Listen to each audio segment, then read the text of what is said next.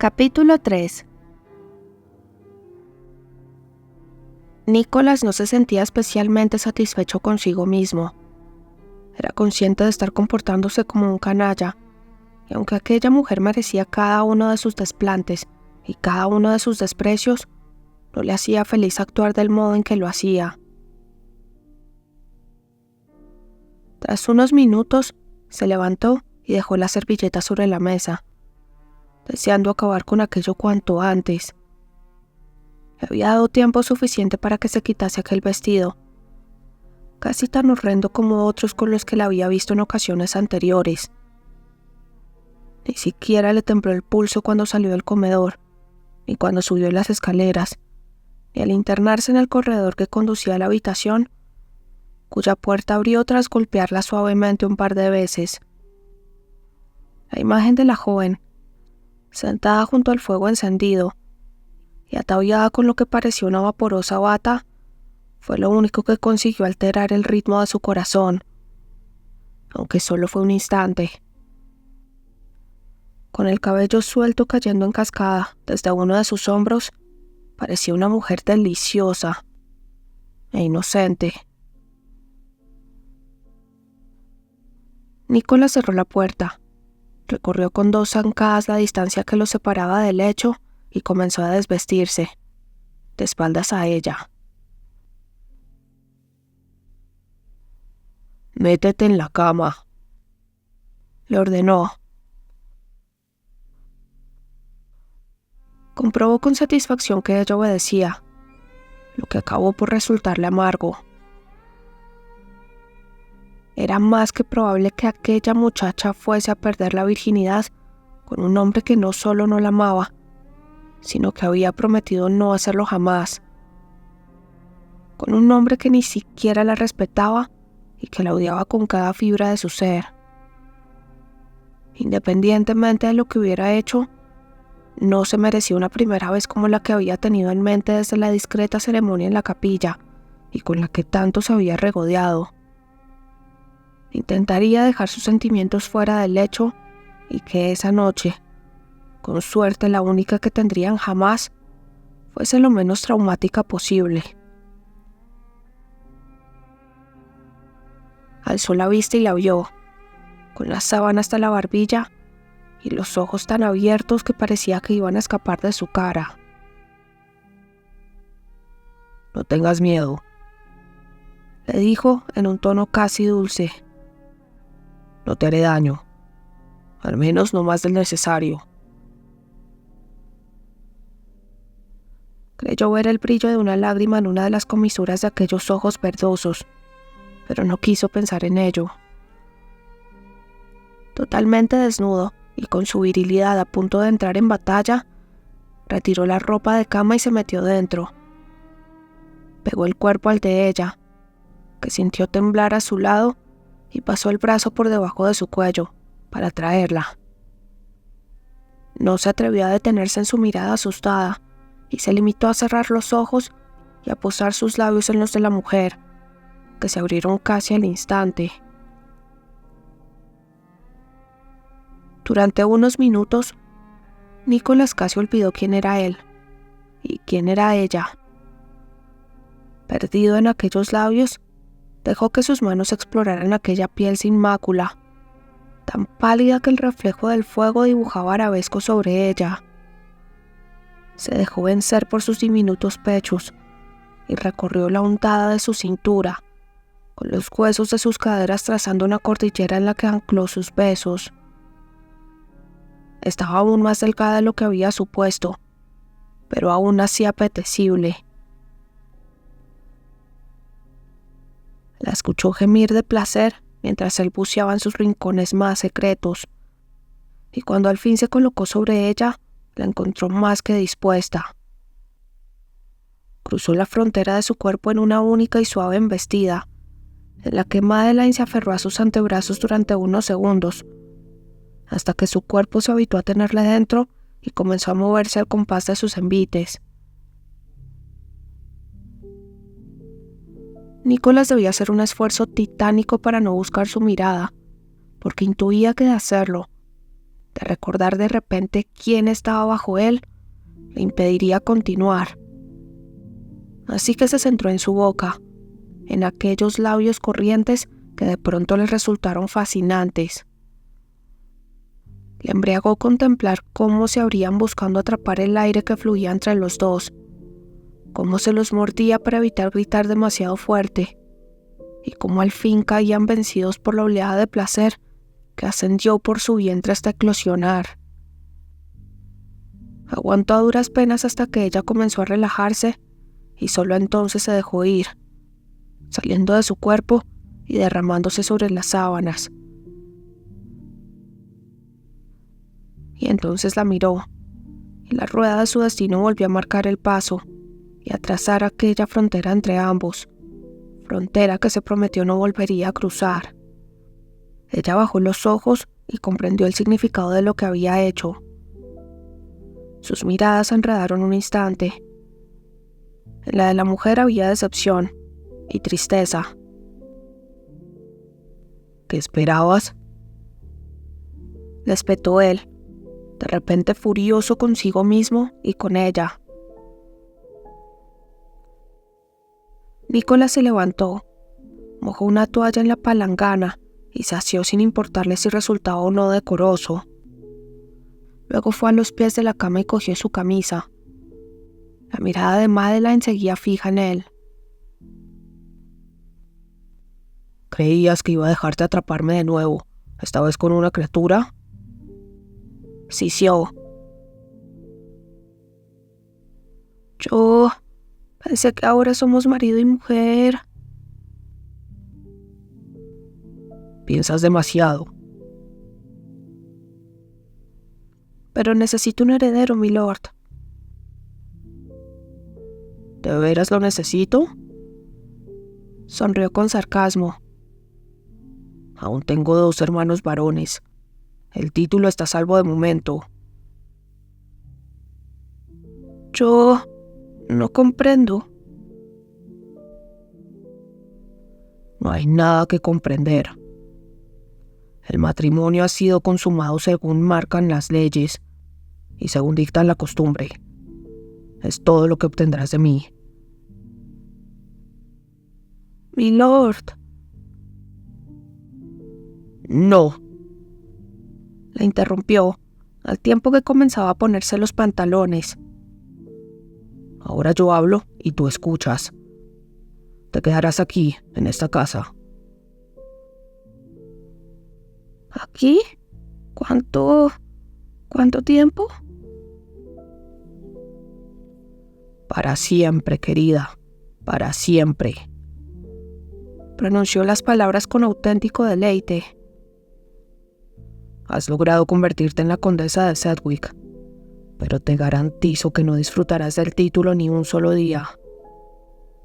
Yo me instalaré en Londres y retomaré mi vida en el punto en el que la dejé antes de todo esto. Hizo un arco con el brazo, abarcando toda la estancia. No podrás viajar a la ciudad, ni ausentarte de aquí, ni alojar a nadie que no cuente con mi aprobación, especialmente a tu madre. Te comportarás con el decoro que representa el título que ahora llevas, y no provocarás ningún escándalo que pueda dañar la reputación de mi familia. No quiero volver a verte. No quiero volver a saber de ti. Ni siquiera quiero que me escribas, porque no me molestaré ni en abrir tus cartas. ¿Ha quedado claro? Hizo una pausa y la miró. Vio sus mejillas surcadas por las lágrimas, pero no sintió ni un ápice de compasión por ella. Parecía petrificada. ¿Me he expresado con claridad?, repitió, deseando salir cuanto antes de aquella habitación. Ella se limitó a sentir, con los puños apretados sosteniendo las sábanas a la altura de su pecho. Nicolás terminó de vestirse. Le he dejado a Edgar los datos de mi administrador en la ciudad, Barry Dawson. Él será la persona a la que deberás dirigirte para solucionar cualquier cuestión. He establecido una renta para ti de 200 libras al año. No es mucho. Hizo una mueca cargada de cinismo. Pero ya que no vas a asistir a las veladas en Londres, no necesitarás un guardarropa nuevo cada año. Si te administras bien, podrás vivir de manera holgada. ¿Y qué se espera de mí, milord?, preguntó la joven. Se había limpiado las lágrimas con el dorso de la mano y recuperado un poco la compostura. Absolutamente nada, respondió él con dureza. Con un poco de suerte, en unos días olvidaré que estoy casado contigo, aunque a ti tal vez te cueste un poco más hacerlo. Veo que esta situación le divierte. Más de lo que había llegado a imaginar. Reconoció él sin pudor. Supongo que no ignoras que la ley me permite hacer contigo cuanto desee. Espero que lo recuerdes si no quieres acabar repudiada y en la ruina. ¿Y qué voy a hacer aquí? Me traes sin cuidado. Lee, pasea, cultiva flores. Si lo piensas bien, no tiene por qué ser una vida aburrida. De hecho, creo que es más de lo que te mereces. ¿Y mis cosas? ¿Y mi doncella? Tus pertenencias llegarán en breve. En cuanto a tu doncella, me temo que deberás buscar una sustituta. Seguro que encontrarás alguna joven bien dispuesta en la aldea. Apuntó con el convencimiento de que ninguna muchacha de los alrededores poseería la preparación necesaria para contentar a una dama de la categoría de ella. ¿La ha despedido? Creyó detectar cierto temblor en su voz. Creo que estaba en mi derecho. A fin de cuentas, era yo quien debía pagarle el sueldo. Estoy convencido de que aquella harás a alguien que te resulte menos oneroso. Así que debo darle las gracias. Tu agradecimiento no me puede resultar más indiferente. Ese administrador suyo... El señor Dawson. ¿Tiene potestad para solucionar cualquier cuestión? Prácticamente, sí. ¿Y si deseo contratar a personal nuevo? ¿O hacer alguna reparación en la casa? ¿O...? Nicolás se llevó una mano a la cabeza, un gesto que interrumpió la cháchara de la mujer. Imaginó un sinfín de cartas llegando a su mansión en Mayfair, repletas de peticiones absurdas, solo para recordarle que aún tenía una esposa. Su mente trabajó con rapidez y repasó los números que había consultado unos días antes. Era una propiedad menor, poco más de 1.800 hectáreas, cultivada solo en una quinta parte. El resto eran bosques, colinas y tierras baldías que languidecían por falta de brazos para trabajarlas. Al parecer, aquella zona se había ido despoblando en los últimos años, y los hombres que no estaban luchando contra Napoleón o en la nueva guerra contra los Estados Unidos de Norteamérica habían emigrado a las ciudades en busca de una oportunidad. Aquella zona, además, poseía una de las rentas más bajas de toda Inglaterra, y el número de arrendatarios era tan escaso que solo les reportaba unas 150 libras anuales. Blackross Manor era una nimiedad en comparación con las más de 20.000 hectáreas que poseían Surrey o en las 15.000 de Essex. Una minucia si la comparaba incluso con otras propiedades menores, ninguna de las cuales bajaba de las 4.000. Llegó a lo que pareció la conclusión más sencilla. Haré que redacten los documentos para cederte el control de esta propiedad con carácter vitalicio, le dijo. Revocable, por supuesto, si en algún momento cambio de opinión. De ese modo no será preciso que escribas a mi administrador. ni a mí, quiso decir. Cada vez que lo consideres preciso. Comprendo. Nicolás se dio cuenta de que sí, de que había comprendido perfectamente sus intenciones. Podrás quedarte con las rentas e invertirlas como mejor consideres. Era consciente de que estaba siendo más generoso de lo que había pensado en un principio. Todo fuera por no tener que volver a saber de aquella mujer en lo que le quedara de vida.